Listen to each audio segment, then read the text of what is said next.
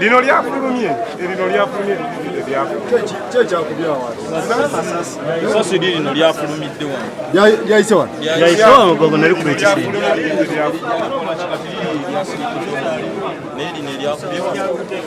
lino lyafulumye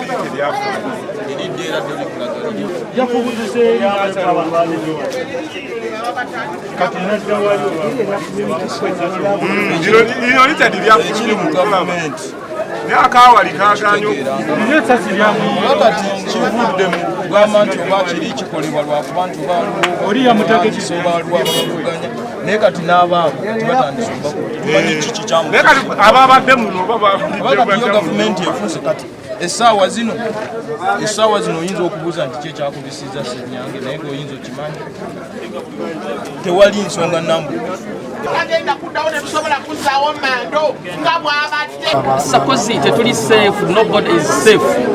Bazze batta abantu bangi emisana tukubatta Biriga batta Muhammad Kirumira batta Kaweesa basse b'amaseeka bassa abantu bangi nnyo betumanyi ne betutamanyi tewali ripooti n'emu yali evuddeyo katwala tuli wano Kawempe bwayise twogera ku kyakufa kwa muganda waffe muganda wange Zebra Ssenyange teri ripooti gye tusubira egenda okuvaamu magezi because nuli abakikoze nkugambye bali well designed and well orchestrated era drone zino ze zimu zaalonako n'abavubuka wali waggulu ewakanga wembeera ku mukala zeekazo abavubuka bali awo balinawo stage ya bodaboda ne garaji ya bodaboda we bazikanikira bajja ne babanona ne bawatwala na kati tubalaba weeks nga 2 emabega mu kitundu kyekimu kino era nenkubira RCC n'agaana okwata essimu nenkubira DPC ne mubuulira n'angamba bakinoonyerezako ne baba tebabalina naawe wayise wiiki 2 muganda Zebra bamussa so bino byetugamba tujja tugamba bannayuganda ebbanga lyonna muganda wange nti bannayuganda tulina okwebeereramu gavumenti tekyasobola kutukuuma n'ebyaffe Mwami Museveni atugamba securing your future naye mu kaseera kano akaakalulu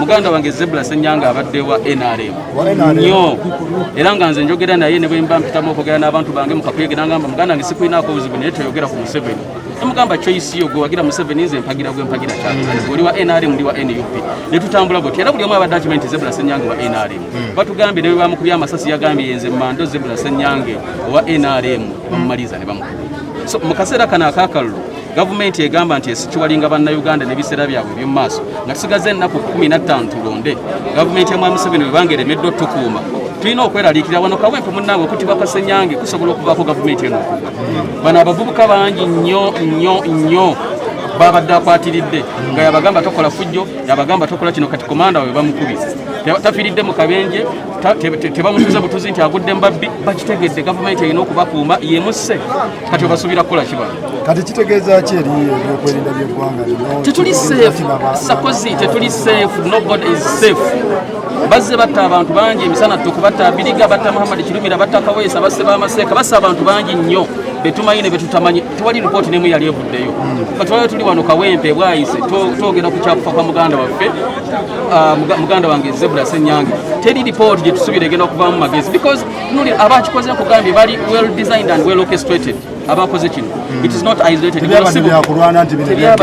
not at all abakikoze ka balina emmundu balina emmotoka balina uniform ne bajja ne balumba muganda we osobola okufuna story entuufu okuva ku nnamwandu yatubuulidde yes so kaseera kakuyongobera tulina okweraliikirira ffenna mu Uganda teri muntu n'omu ali safe muganda wange teri ali safe bakwata abaana ne babasanga ku midaala gy'ekyapati ne babatta ku Kaleere wali mu Lufula balumba omwana yali atambula ssaawa 2 ne bamukwata ne bamubuuza ova n'agamba nvagula kyapati nzira waka mu Lufula wali Kaleere ne bamugamba tugende baba banaatera okutuukayo ne bamukuba amasasi ng'anaatera okutuuka ewaabwe bamukuba amasasi ne bagulawo ne bagenda byaliwo wiiki 3 emabega kitegeeza nti ebya Zebra biba bifulumidde mu kamera waliwo abalala abatafuluma abantu bangi nnyo Sarkozy abattibwa abantu bangi nnyo abawambibwa tulina embeera eno nti ye bakikoze Zebra amanyiddwa ensi yonna Zebra bakikoze tuli wano olwaliro ne waliwo abantu bangi be bakwata ne banyigireyo ne wabulawo n'omuntu agenda okuboogerako so nga tugenda mu kulonda kuno bannayuganda twebeereremu nga tugenda mu kulonda kuno fe abamu kufe ng'abali mu byobufuzi bino tweraliikira n'okweraliikira tugamba kaakalu kagenda kutambula katya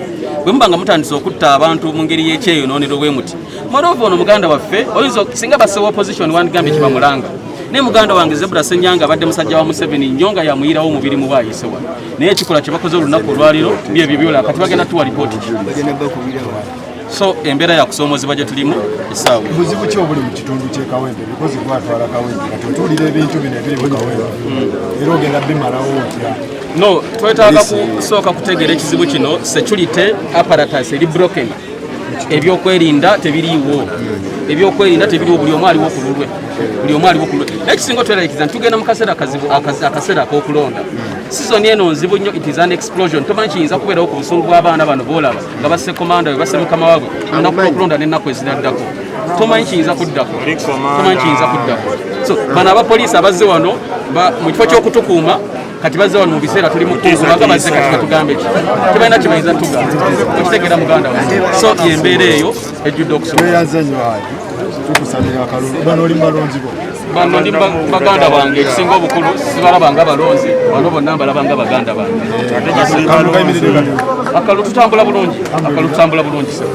Gundi kamera zazze ziri mu kkubo, ziri mu kkubo. Kale oyagala nkugambe nti zazze otegeera abazirina.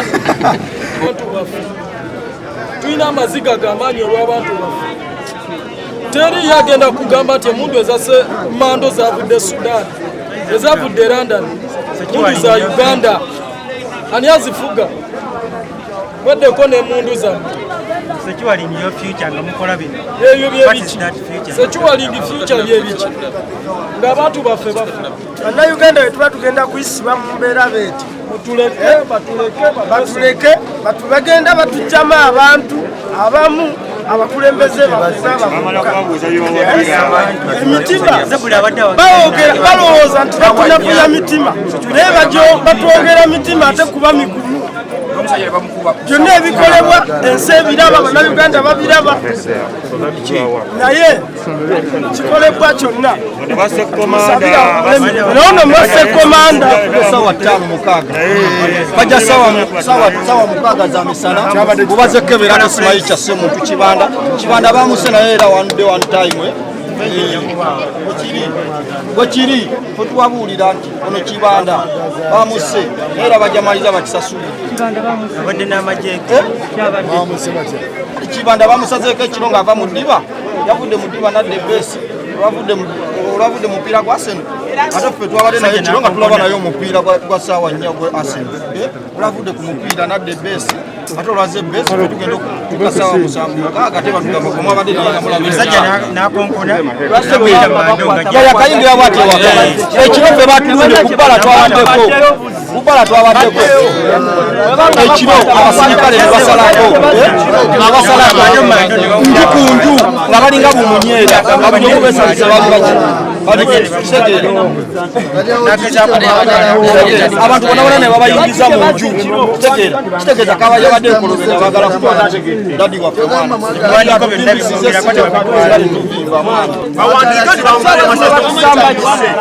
bakiro bazze nga bakwata basusiza nyo batwongedde bugumu tandikirawo balina mamundu n'amaanyi g'abantu era kikuwadde ekyokusabira na 14 Bobi Wine Kyagulanyi ate baba bakwata bajja kiro bandinze emisana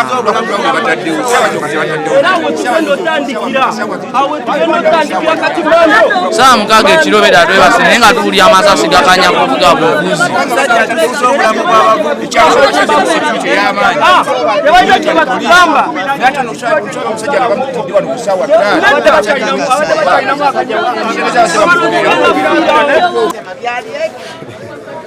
Nangamba mama kwata nyama nyokuba kwenedde nesinabamanyira omukwe mulina weri ennyama yonakira nakimalawo nemmere emaliza nangamba njagala nanasi mwali motoka enanasi binemugatwala nangapa omutwalo gw'obutunda nabwo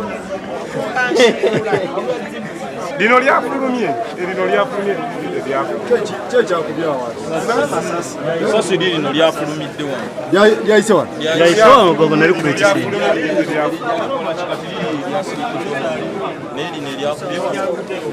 lino lyafulumye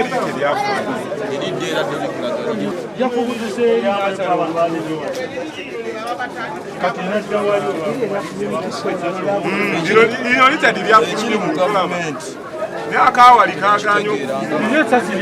Wakati kivudde mu kugamba nti oba kiri kikolebwa lwakuba nti oliya mutegekiso balwabavuganya naye kati n'abaabo tibatandise obakumanyi kiki ababadde muno babakatiyo gavumenti efunse kati essaawa zino oyinza okubuuza nti kyekyakubisizza Ssenyange naye ng'oyinza okimanyi tewali nsonga nambu emmotoka zaabwe zitambula abantu baziraba tekuli nnamba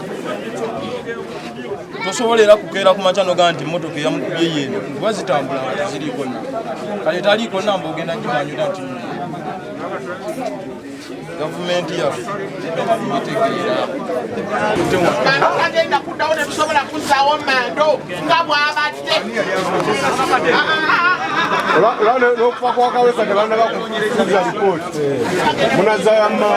Assalamu alaikum warahmatullahi wabarakatuh. Balamusiza mwenna abakatwegattako yenze Farouk.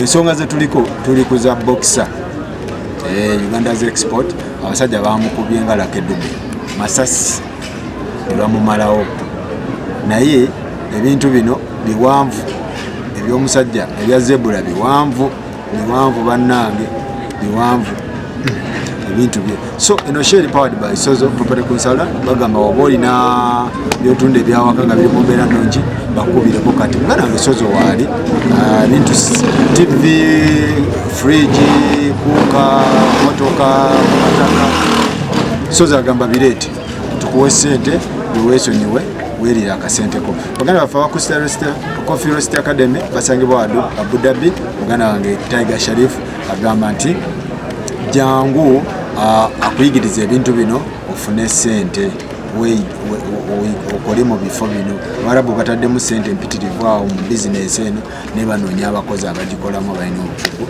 tebalabika ate nga bagaba ssente kiralu so ebintu bino coffee barista skills coffee profiling, manual blowing skill, latte art skills zonna bazisomesa Sharifu wali awo ku Airport Road Al Wahid Mall gendawo kati mukubire kati simu koziri awo ku scroll Sozo wali ku scroll awo simu ze eza Sharifu eziri awo bakubira abantu bano nze bwe mba nkugambye abantu bano banoonyeeko so tuli wano ne Ssenyange Junior mutabani wa Zebra atubuulire kyonna ekyabaddewo kati buli kimu ekyabaddewo ekiro okutuuka okuba taata w'amasasi agenda tutubuulira Sharifu nkulamusiza kitalo nnyo eri eggwanga Uganda olw'okufiirwa omuntu nga Zebra Ssenyange yabadde asset mu sports industry mu administration mu technical in various sections of the sport abadde muntu ali influential nnyo nga assa abantu banji inspires abantu banji all the big names you hear of right now in boxing say Sharif Bogere say Sula Segawa yakalwana ku fight ya Mike Tyson say many big artists Wile Chakoni Jebali Mama Siana ali mu US so he was part of their journeys so he helped build many people. He has been building many people via our club, Zebra Boxing Club, and he has been looking forward to creating a sports foundation for all sports. Kuyamba bana Uganda, because yenga ye yali muntu munafu, yali mwana munafu. Yanga yakuba era ensi yonna emumanyirwa Bikonde, Bwalwa Sports. Yabadde akola era yafokasinga ku ekyo n'akifuula life goal ye. oli mukulu w'abaana bano gwemuto the first born nina mto wange amita Dovina Ssenyange Zebra ye divine Ssenyange Zebra. Taata bamukubye batya amasasi so kati gwayinza otunyumiza byabadde bitya bituufu so yesterday twabadde waka nga tulaba Samso on the TV sawa nga 3 dakiika 4 so tulaba soap awo waka mpola the family. He was around in the sitting room nga ali ku simu ye. He was on Facebook nga ali mu interacting n'abantu be aba ku Facebook page ye Zebra Mando Ssenyange kati and we had bullets popping out sawa za curfew, and we thought maybe in engage the festive season maybe aba security operatives bagezaako okutambulula abantu babatangire okufuluma ebweru mu budde bw'ekiro. So he went to a platform of Zebra Boxing Club n'agamba Buffalo Boxers bange bonna beekuume baleme fuluma waka basigale mu nyumba ku platform ku WhatsApp n'abagamba bannaye n'abagamba temufuluma mulinza okufuna obuzibu because awulidde amasasi. So we kept on tulaba gundi yegwawo around 10:30 and I went to grab something to eat ningenda mu room yange. So I had more bullets while in the room and I was like, man, akino ekintu kitabuse tebakola wala obuvune ku bantu b'omu kitundu. Then nempulira ebyasi nga bingi. Ebyasi anga ffe tuli baana ba ghetto manyi ebyasi bya AK ebiwulikika manyi rubber bullet wewulikika. So ezasooka zaali rubber bullet, ezokubiri zaali rubber bullet, kati ezokusatu gabadde masasi nga mangi. Bakubya masasi simanyi round zimeka naye bakubya masasi nga gavuga continuously. Zebra ali mu nju. Otyo? At the course of that, awo wennyini mu obudde abasajja abamu abatamanyiddwa ne bakoona eddinisa bamira glass y'oluggi ne bagikoona. Omuntu ali vigilant n'asooka ne yeekangamu ne bagikoonako n'eyokubiri. So he ran out n'agenda emabega. But while he was going, my mom was coming for something. So she had the glasses breaking. So she was like, what's up? So she went there. Okutuuka wali eri amuteeka ku gunpoint. Mama. Yeah. So I bypassed him. So I saw him going to the latrines. So nze nenzija ndabe kiki ekigenda mu maaso. So coming nenkomera ku luggi lw'emabega. Ndaba my mom she's kneeling down and her hands are up. And they were like, Zebra. So I got scared really.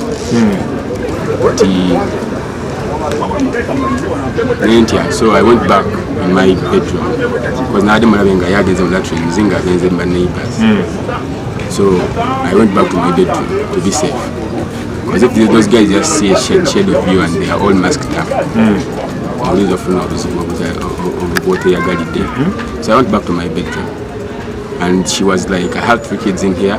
Zebra Taliwo. I have 2 girls and 1 boy. He's at the back. And they went and checked on my sisters. The good thing they left them, they didn't interrupt them. Then they came to my room and they were like, open the door, but we want to first see your hands up. So I did so. And all they were asking was, Zebra.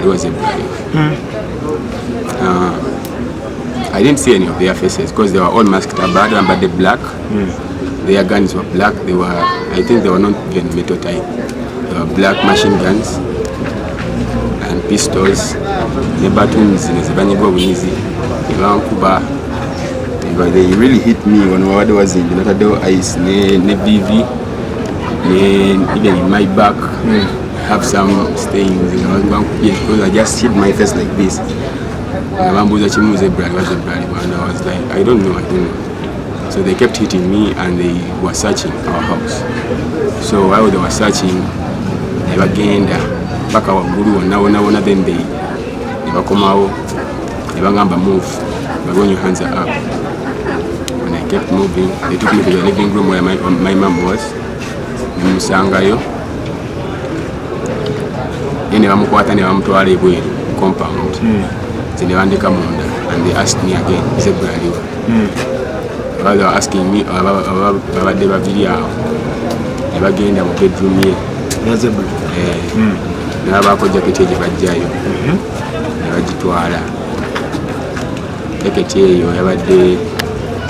were going I should say Amaje because he was a sergeant. So they took it. While they were leaving, they were going to So I went out to where my mom was and they were like, keep your hands up. But I couldn't keep one of my hands up because this was swollen. I can't even raise it up. So I was trying as you know, of the program, I was really trying to put it up, although I couldn't. Okay. So I kept moving. Nitusigala bagenda nga basearchinga, and we were like, man, abasajja baagala ki batwagaza ki. So other guys came in from the car they came in with. It was a white drone with tinted glasses. Ne bajja abadenga bana ne bagamba retreat.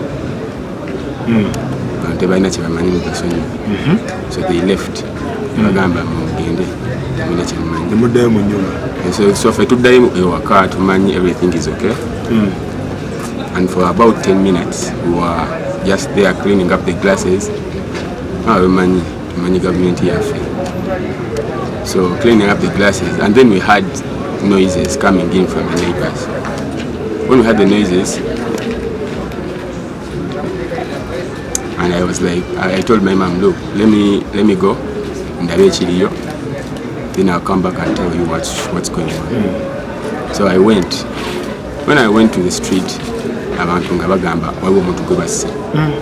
so automatically saa ziringa waisawo dakiika nga 10 kuva we batulese saa ziringa saawa 6 dakiika nga 4 oba 5 around there.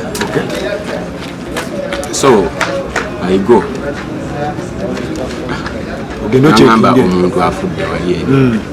So I go there ninotuukawo we batyo okugezaako okwetegereza nga shat gender yefaanyiriza yali waki yabadde ya square erimu white ne green.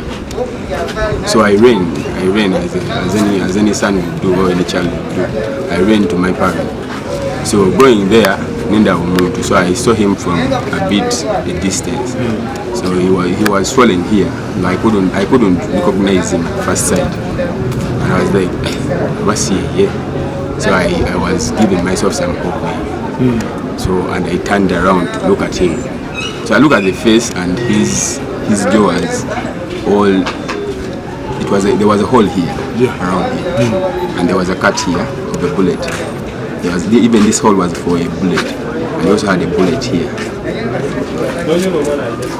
So I couldn't again recognize the face properly. So maybe I was having doubts, maybe because it's my parent. Who wouldn't have doubts? So I looked at his hands. You know your parents everything. You've grown up with them. So you know his legs, you know his hands, you know his fingers, you know his everything. So I look at the hands and the zebra's hands. So now this is where I get shocked. I get shocked and I'm frightened. I don't know what to tell my mom because she's hoping that he's safe. Because he ran and we were hopeful that these guys have left and he's safe. So I tried to get a closer look. Looking like this, looking at the side where the blood was all scattered. And I saw his appearance, I saw his eyes.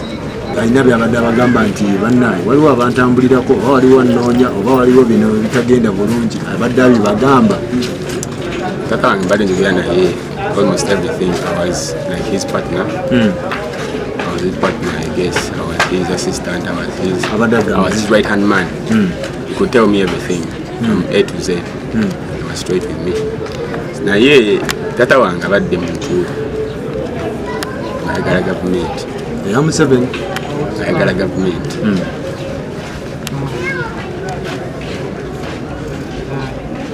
Era nga agibeereddewo to some extent.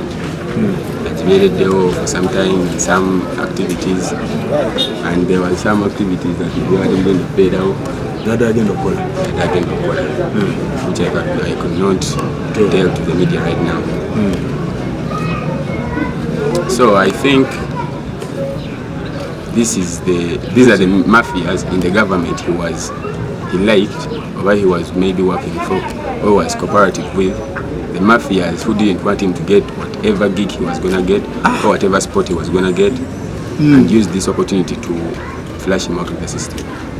So I'm eliminating, because this was an assassination. My dad was a down-to-earth man. He was a boxer, but he was a down-to-earth man. Stuff happened. So confirming up with you, he was going to meet someone. I don't know if it's the president, I don't know if it's the first lady or something, I don't know if it's the minister, I don't know. But he was going to meet someone, and that might have been the cause of his death. So they decided to eliminate him. I don't know. That's an undecided conclusion. The police esalewo enoonyereze okakafu bwenaleeta tunagenda nabo. Enteekateeka z'okuziika ziyimiridde zitya? Enteekateeka z'okuziika leero tusuubira omulambo okugujja mu Mulago, tuguleeteko wanene bwayise waka, then enkya tubali twagala cooperatinga ne Uganda Boxing Federation because it was the federation he was representing as a Uganda Bobbers team manager. Team y'ebikonde y'eggwanga yabadde team manager waayo era nga coach ate nga yabadde representative wa professional boxers all over the world ate nga era nga contender light heavyweight contender mu Africa nga yabadde number 2 light heavyweight contender mu Africa nga muri maaso abadde mu Morocco. So boxing has been his everything. Yes. Omukulu ono wafiiridde nga alina titles nga mmeka? Abadde alina international titles eziwera cause okuva we yayingira ebikonde back before I was even born, he was called the Ugandan Tyson. Oh yeah. Because yalwana fights okuva ku juniors ezisookebwako paka ku open nga tewali muntu amazeeko naye nga bonna bakuba KO. He was known for his power. So he had a lot of titles, national titles. Yafunako omukisa ogugenda mu Commonwealth naye nebikakanyizaamu, and he reached late after the entry of the athletes, and that was unfortunate, but fortunately he got a gig and he got a gym called New Addington. New Addington is representing nemutuusa paka ku team ya Wales. Wales is one of the countries in the United Kingdom. So he once represented the Wales team, national team. Ng'ate mu Uganda. He was the first Ugandan to do that. Okukiikirira ensi endala ate nga mu Uganda. Yakiikirira ensi ya Wales nga mu Uganda era n'awangula title eya New Addington boxing show in 2006.